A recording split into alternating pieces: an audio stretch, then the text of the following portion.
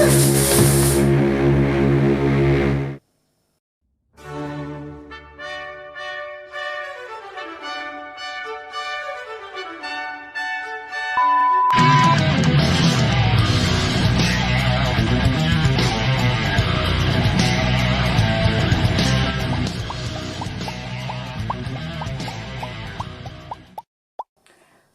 bonjour! Ici Priscilla des Jardins de la Forêt et vous êtes sur Belle en Bulle, une chaîne dédiée au manga. On y va! Aujourd'hui, je vous emmène dans une île entre deux mondes.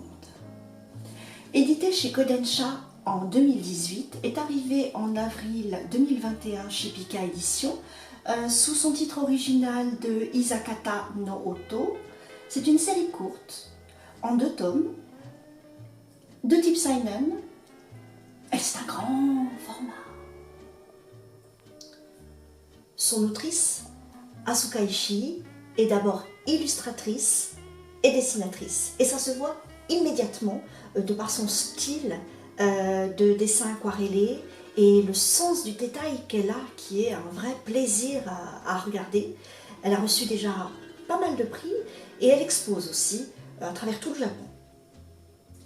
Tatsumi Uzuki accepte un poste de professeur dans l'école de sa lointaine île d'enfance d'Aoshima, appelée l'île Bleue. C'est un retour aux sources qui va littéralement le happer, le plongeant au plus profond de sa nature sauvage et de ses mystères ancestraux.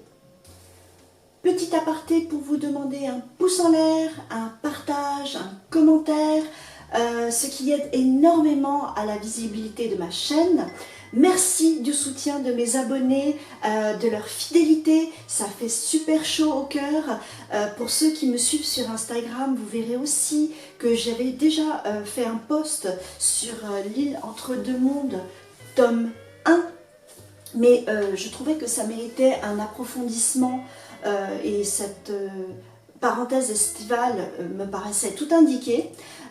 N'hésitez pas à aller faire un tour sur mon compte Instagram, j'ai une chouette communauté, si, absolument, salut les gars, et ils sont tous passionnés, on parle des nouveautés manga, on parle aussi de mes coups de cœur que je leur fais découvrir, ils m'en font découvrir, enfin c'est super sympa, donc n'hésitez pas à aller faire un tour, il y a le lien direct sur ma chaîne, voilà, et ben c'est reparti.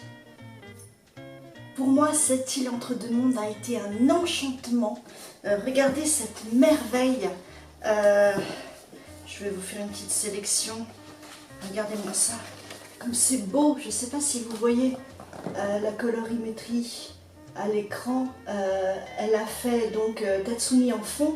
Et puis, en fait, tout ce qu'on observe sur l'île, qu'elle nous laisse deviner. Regardez comme c'est beau. On a aussi, qu'est-ce que je pourrais comme ça, au hasard, vous montrer. Alors évidemment les animaux endémiques de l'île, on les voit. Très souvent le héron par exemple. Voilà, hop. Qu'est-ce qu'on a d'autre de magnifique? On a le mouvement, le mouvement du vent est très bien rendu. Voilà. C'est magnifique. On a aussi bien sûr tout ce qui est en rapport avec l'eau, parce qu'on est sur une île, il faut pas l'oublier.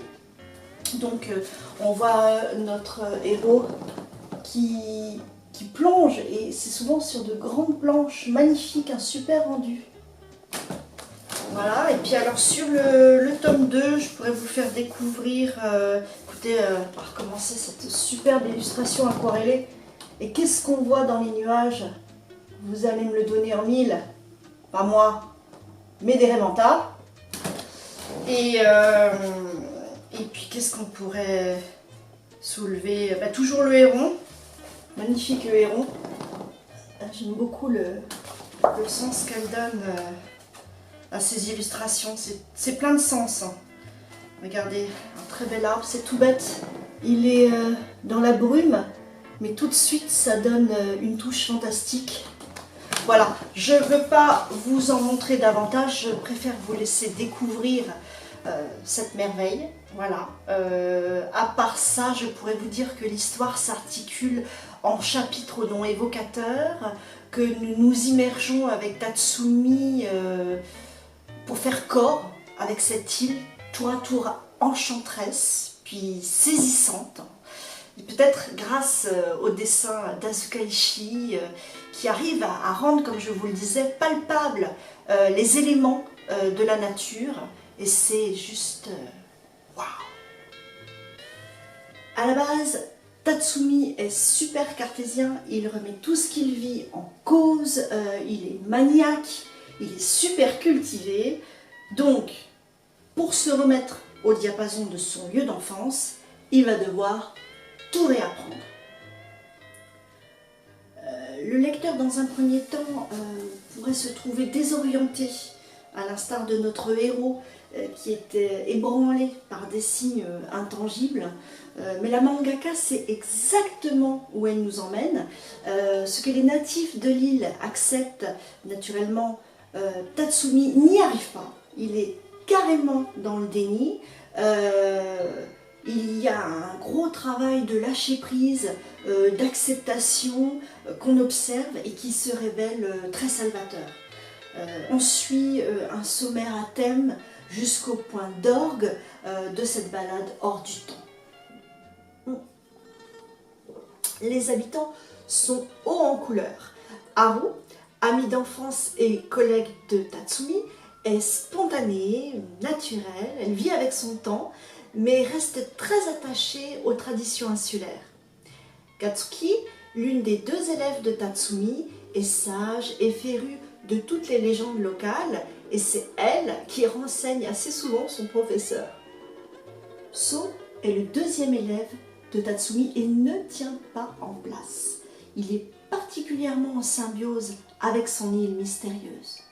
Et Manisuzu, à la présence très chaleureuse, incarne à elle seule tout ce qui fait la particularité de cette île bleue. On ne peut que tomber sous le charme de ce monde onirique, teinté de philosophie shintoïste et de petits focus pédagogiques sur les manifestations que Tatsumi veut expliquer par la science. C'est une lecture à la fois apaisante et qui stimule la curiosité. C'est un plaisir pour les yeux. Je le recommande sans hésiter, le grand format donnant une envergure sans pareil aux grandes planches, une mention spéciale aux illustrations de transition entre chapitres qui sont particulièrement remarquables. Et à mon sens, on peut apprécier ce titre à partir de 13-14 ans. Accepter ce qui se présente sous nos yeux nécessite d'abord d'accepter l'idée que l'on est soi-même capable de le voir. Tome 2 de L'île entre deux mondes. Connaissiez-vous L'île entre deux mondes? Est-ce que le grand format vous attire? Est-ce que vous aimez ce genre d'œuvre onirique? Dites-le moi en commentaire. Je vous retrouve en septembre pour une nouvelle formule. Mais chut, cordialement vôtre.